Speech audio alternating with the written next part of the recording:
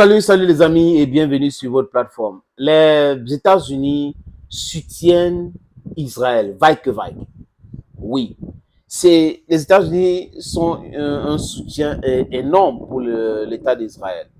Et on voit ça avec la défense d'Israël au Conseil de sécurité, les vétos, le refus qu'on condamne l'Israël ou le gouvernement israélien.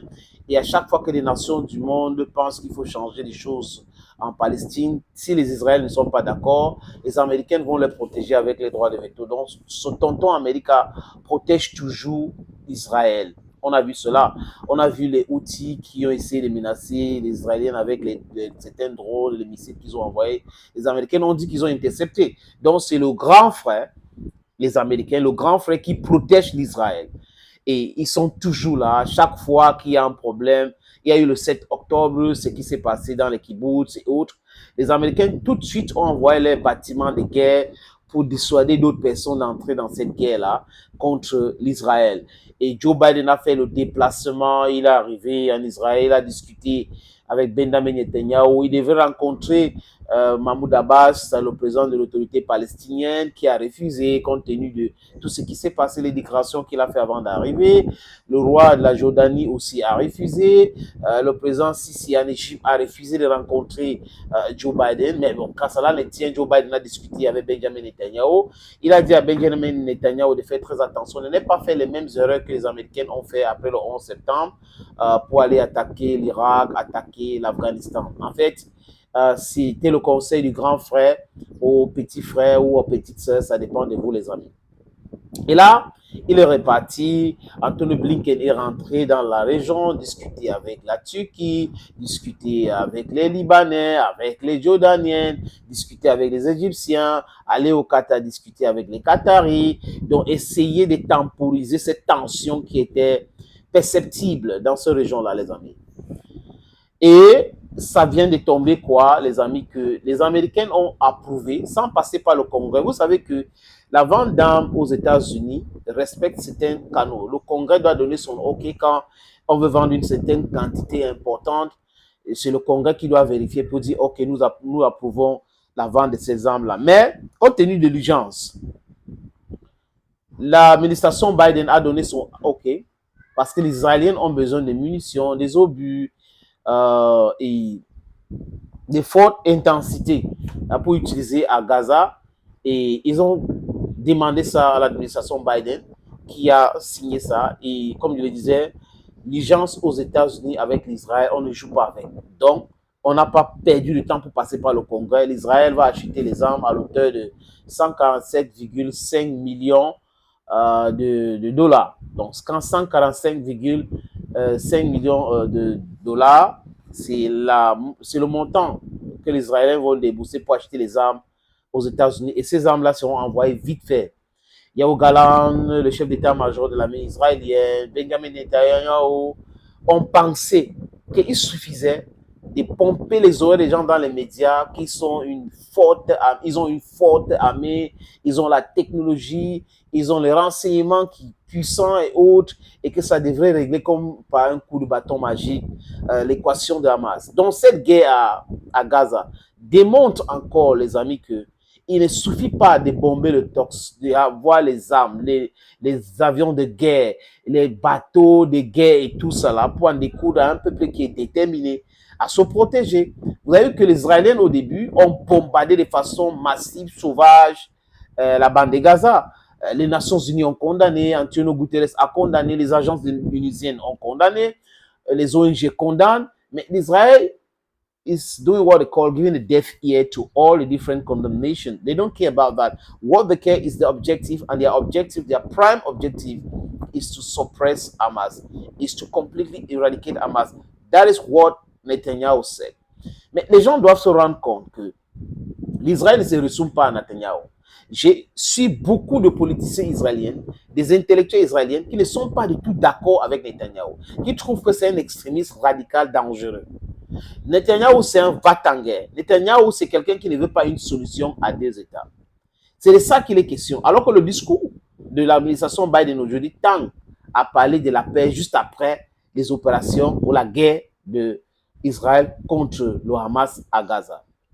Ça va finir quand? La guerre à Gaza? Personne ne peut dire avec certitude. Oui, parce que l'Israël, en larguant des bombes, en détruisant les maisons, les immeubles, a pensé que ça devrait régler vite les problèmes. Mais la réalité du terrain les a rattrapés. Parce que c'est devenu un piège maintenant pour les forces de Sahel, qui ont déjà aplati. Donc, quand ils sont en train de venir, les gars de Hamas, qui sont habitués à marcher dans le sous-sol, peuvent les tendre les pièges, les voir. Et on a vu comment Sahel a abattu certains otages en pensant que c'était le piège de Hamas. Et ça a créé une tollée générale en Israël, où les gens ont manifesté, les gens ont demandé à Netanyahou de dégager. Et les gens continuent en Israël à penser que Netanyahou, c'est un danger pour la paix en Israël. Parce que l'Israël, vraiment, c'est un peuple qui devrait vivre en paix avec les Palestiniens. Mais le problème, c'est à quel niveau, les amis? Les sionistes, disons ça comme ça, sont ceux-là qui sont des radicaux. Il y a des colons qui sont radicaux. Et ils prennent les armes, ils peuvent mater, ils peuvent tuer, ils peuvent tirer et tout cela. Voilà donc ce qu'on est en train de décrier aujourd'hui, les amis. Les gens raisonnables devraient mettre la pression pour que cela cesse. Parce que la souffrance du peuple palestinien continue. J'ai vu une jeune fille de 9 ans qui fait des reportages. Elle l'a mis sur Instagram. Elle est très populaire sur Instagram et les réseaux sociaux aujourd'hui. Elle n'est pas à l'école. Elle utilise son téléphone pour faire des reportages. Vous voyez, vous voyez le degré, désolé les amis, vous voyez le degré de la souffrance des enfants palestiniens qui ne peuvent pas aller à l'école, qui ne peuvent pas se nourrir. Ça pose un énorme problème. La conscience collective des gens qui gèrent ce monde. Sinon, on a encore l'humanité, une toute petite humanité qui existe en nous. On devrait avoir la capacité d'aller vers la paix plutôt que d'aller vers la guerre. Donc, quand Joe Biden dit qu'il faut la paix et il faut une solution à 2 États, et Joe Biden valide l'achat des armes avec cette montant très important, importantissime même, 147,5 millions de dollars. Ça veut dire quoi? Ça va encore durer. Donc, l'erreur qu'a commis Netanyahou, c'est de penser que l'armée israélienne était tellement forte pour pouvoir en découdre avec Hamas en quelques jours. Aujourd'hui, c'est 2 mois et plus. Rien n'a changé. La difficulté de l'armée israélienne est toujours là. Il y a des bataillons qui rendent, d'autres trop blessés et autres. C'est un bourbier. Et c'est ce que les gars ont voulu. Les gars d'Hamas avaient dit qu'ils vont rendre la vie invivable à l'armée israélienne. Et en pensant que parce que c'est un enclos, la bande de Gaza, oui, nous sommes ceci, on a de la technologie, ça ne règle pas tous les problèmes du monde. Ça ne règle pas la détermination de gens qui pensent qu'ils sont dans leur droit. Ça ne règle pas ça. Donc, c'est 2 poids 2 mesures américaines qui parlent de la paix et fait la promotion de la guerre, qui parlent de la paix et vend les armes, qui parlent de la paix et insister sur le fait qu'on doit taper ici, taper là-bas. Ça fait que il devient de plus en plus inaudible dans le monde. Regardez ce que les Houthis sont en train de faire en mer Rouge. Les Américains ont créé une coalition dite internationale, mais cette coalition est plutôt occidentale. Et là, parce que l'Égypte et d'autres pays ont refusé d'être dans cette coalition-là, pour la raison est simple. L'Égypte ne veut pas qu'on pense qu'ils soutiennent l'Israël. C'est une mauvaise image que Al-Sisi ne veulent pas se donner concernant les pays arabes. Donc, du coup, les Houthis, aujourd'hui, ont un certain soutien et perturbent le commerce. Ça rend les choses plus chères. L'inflation est haute. Les bateaux qui quittent de l'Asie ou de l'Amérique pour aller dans cette zone-là sont obligés de contourner toute l'Afrique, les amis.